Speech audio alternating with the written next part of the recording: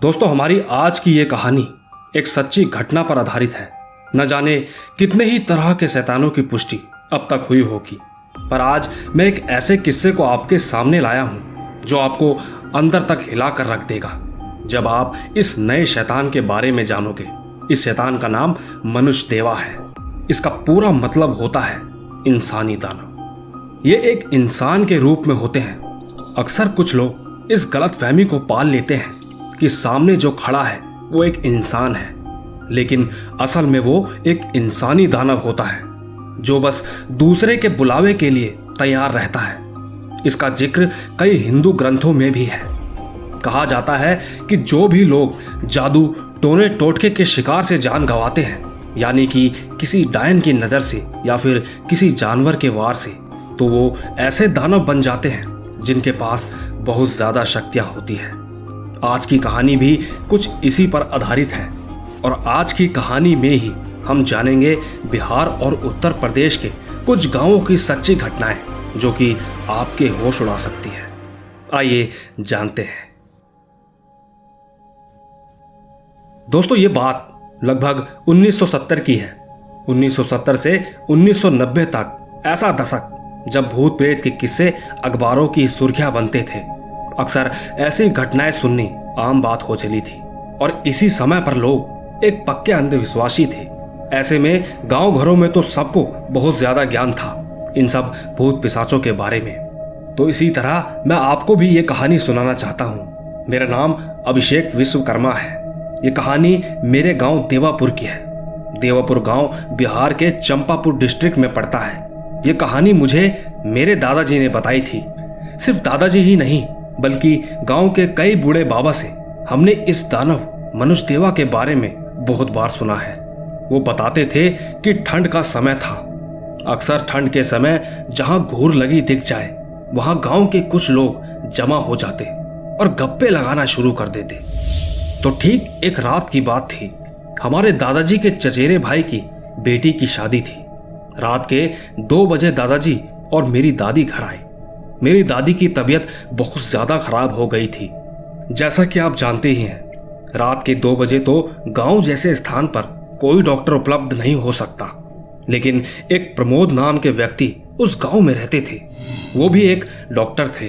उन्होंने अपनी पढ़ाई शहर में की थी, लेकिन अब उनके बच्चे कमाने लगे थे, तो अब वो गांव में ही रहते थे। तो यही सोचकर दादाजी ने सोचा कि इतनी रात को किसी के घर जाना ठीक नहीं। लेकिन दादी की तबीयत को देखते हुए उन्होंने सोचा कि वो प्रमोद अंकल के घर चले जाएंगे। उस समय फोन की सुविधा गांव घरों में ना के बराबर थी। इसी वजह से दादाजी पैदल निकल गए प्रमोद अंकल के घर दवाई लेने। लेकिन जाने से पहले दादी ने उन्हें कहा था कि इस वक्त जाना ठीक नहीं है। 3-4 घंटे में सुबह हो जाएगी, फिर दवाई लेने आप चले जाना। दादाजी ने कहा, कोई परेशानी नहीं है, वैसे भी शादी का समय है, हर जगह लोग ही लोग हैं, हम अभी जाकर आते हैं। इतना कहकर दादाजी ने अपनी टॉर्च ली और निकल गए प्रमोद अंकल के घर। प्रमोद अंकल का घर हमारे घर से कुछ 1.25 किलोमीटर दूर ही था। दादाजी वहां आराम से पहुंचे। उन्होंने दवाइयां ली और फिर वहां से वापस लौटने लगे। वो रास्ते से आ ही रहे थे कि उन्होंने देखा कि एक शख्स जहां शादी चल रही थी वहां से निकलकर सामने एक मठ था, उसकी तरफ जा रहा था। इस आदमी ने शॉल लपेटा था और हाथ में लोटा लिए था। दादाजी को थोड़ा अजीब लगा कि आखिर अगर इसे पानी ही लेना था या हाथ धोना था तो ये जहां शादी थी वहां भी कर सकता था। कल तो वहां भी मौजूद था। दोस्तों, कल का मतलब आज के समय जिसे हम हैंडपंप कहते हैं। खैर, दादाजी ने ज्यादा ध्यान नहीं दिया। कुछ समय बाद दादाजी और उस शख्स में अब ज्यादा दूरी नहीं थी। दादाजी सीधा चलते जा रहे थे और वो शख्स उनके सामने से ठीक मुड़कर मठ की तरफ चला गया। दादाजी ने सोचा कि एक बार उसे आवाज दी जाए, ताकि वहां जाने से अच्छा है कि वो जहां से आया है वापस वहीं चला जाए। वैसे भी मठ पर काफी अंधेरा था। तो ठीक उन्होंने आवाज लगाने की सोची कि तभी उनकी नजर उस आदमी के पैरों पर गई। उस आदमी के पैर बिल्कुल उल्टे थे। दादाजी को ये दूसरा झटका तब लगा जब उस आदमी की गर्दन पर उन्होंने एक पिशाची निशान देखा। दादाजी को सोचते इससे पहले ही उस आदमी से बहुत गंदी बदबू सी आने लगी थी। दादाजी फौरन समझ गए कि ये हो ना हो ये कोई प्रेत है, लेकिन दादाजी बहुत हिम्मती थे, इसीलिए उन्होंने अपने डर को उस आदमी के सामने जाहिर नहीं होने दिया और अपने रास्ते चलते रहे। अब दादाजी अपने घरों से कुछ ही दूरी पर थे, लेकिन दादाजी ने सोचा कि देखते हैं कि इसका आखिर मकसद क्या है। दादाजी एक पंडिताइन के घर के पीछे छुप गए और उस शख्स पर नजर रखने लगे। मठ के बिल्कुल पास में ही एक पीला बल्ब लगा था, जिससे कि थोड़ी बहुत रोशनी थी। यकीन मानिए, दादाजी को अपनी आंखों पर बिल्कुल विश्वास नहीं हुआ। उन्होंने देखा एक बैल के मांस को वो शख्स किसी जानवर की तरह खा रहा था। वो बैल की आवाजें सिर्फ मठ से ही आ रही थी। बैल को मार के खाने के बाद वो शख्स कुछ समय के लिए वहां से गायब हो गया। दादाजी को अब याद आया कि आखिरकार पिछले कुछ समय से जानवरों की आवाजें अक्सर क्यों सुनाई देती हैं, लेकिन उस वक्त जो दादाजी देख रहे थे उसके बाद दादाजी की हिम्मत ने वहीं पर दम तोड़ दिया। दादाजी ने देखा कि जिस शख्स को वो इतनी देर से देख रहे थे वही शख्स अब 50 हाथ लंबा हो चुका था। काफी डरावना सा पल था। दादाजी वहां से तुरंत भागे और तब तक नहीं रुके जब तक कि वो घर नहीं पहुंच गए। दादाजी को ऐसा हाफते देख दादी ने पूछा कि क्या हुआ, आप इतने हाफते हुए क्यों आ रहे हैं। दादाजी ने दादी को सारी बातें बताई।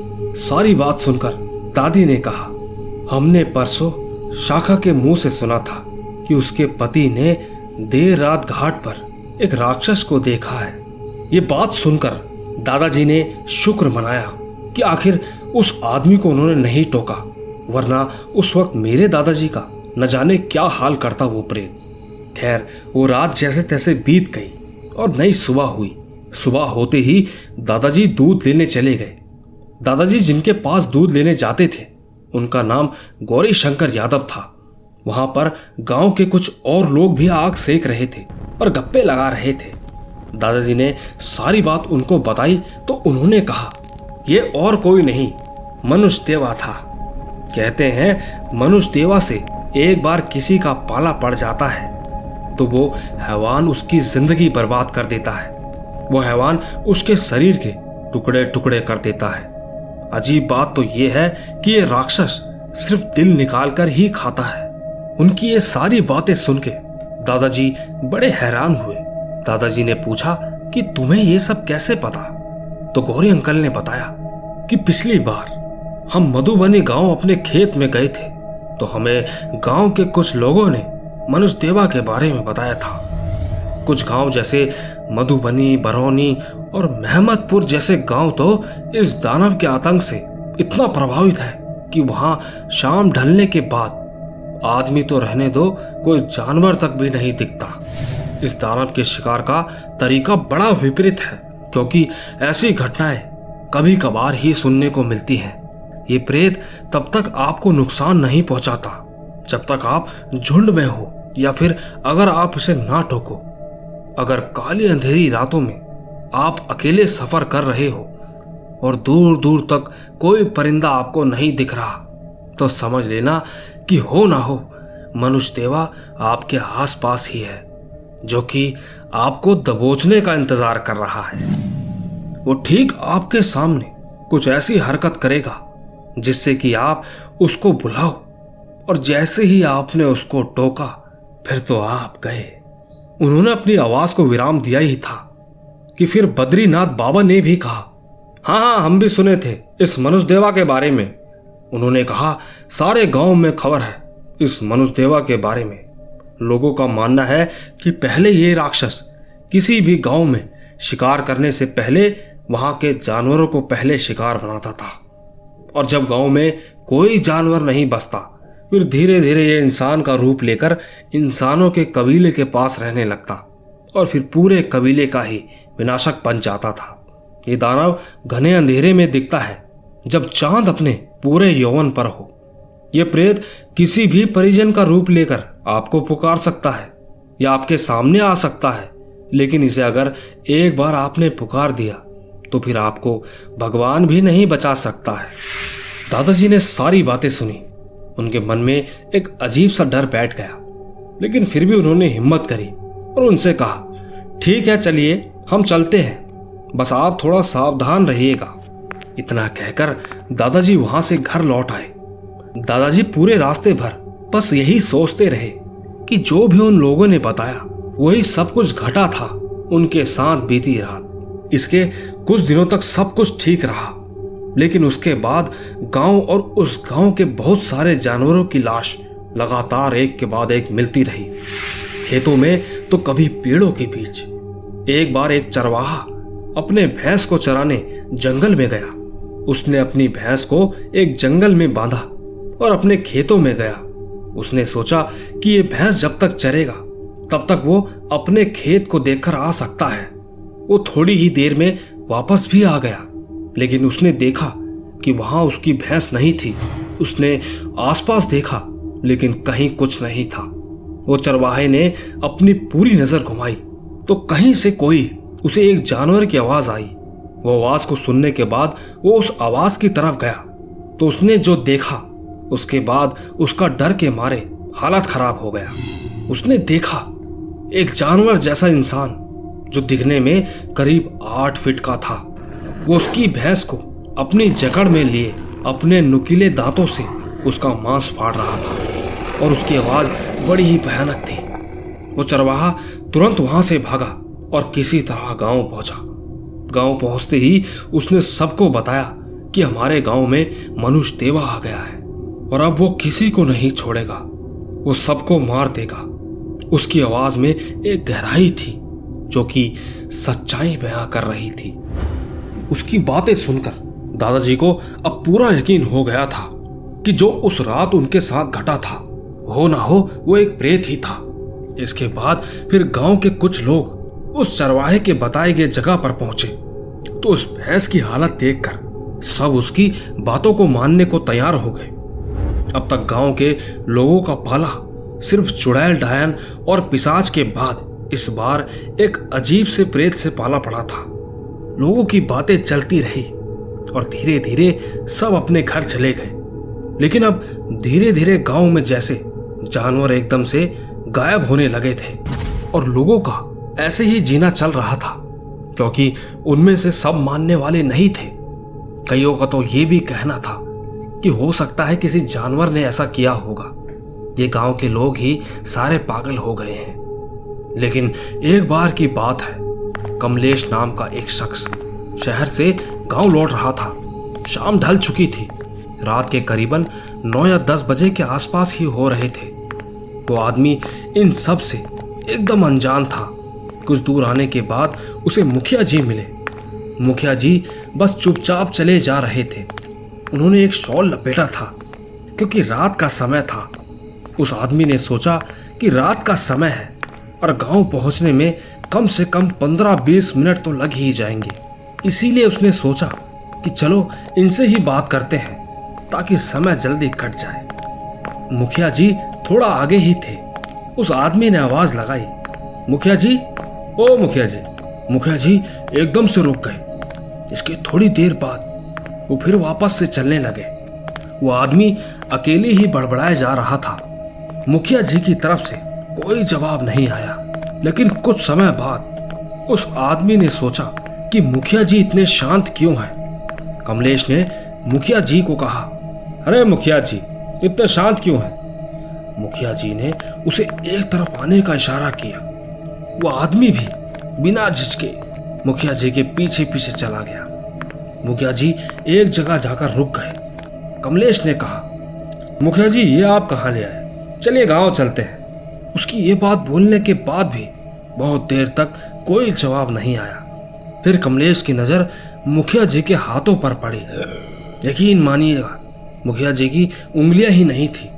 ये देखकर कमलेश वहीं नीचे गिर पड़ा। अब मुखिया जी पलटे और अब कमलेश ने उनका असली चेहरा देखा। वो कोई इंसान नहीं, एक हैवान था। कमलेश ने देखा कि उस हैवान की आंखों में पुतलियां नहीं थी। वो बड़ा भयानक मंजर था।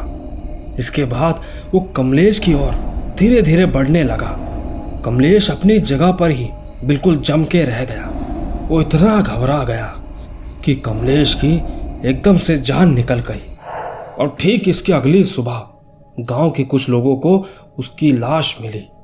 सब समझ चुके थे कि यह काम मनुष्य देवा का ही है। सबने गांव में सबको बताया कि कोई भी अकेले कहीं ना गुजरे। सूरज ढलने के बाद अपना परिजन भी हो तो उसे कोई ना टोके।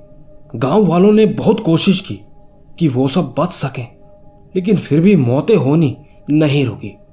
वो मनुष्य देवा बड़ी दर्दनाक मौत देता। सबके अंदर उसका खौफ था। आखिरकार था तो वो एक शैतान ही, और इसी तरह उसने अपनी शैतानी चाल चली।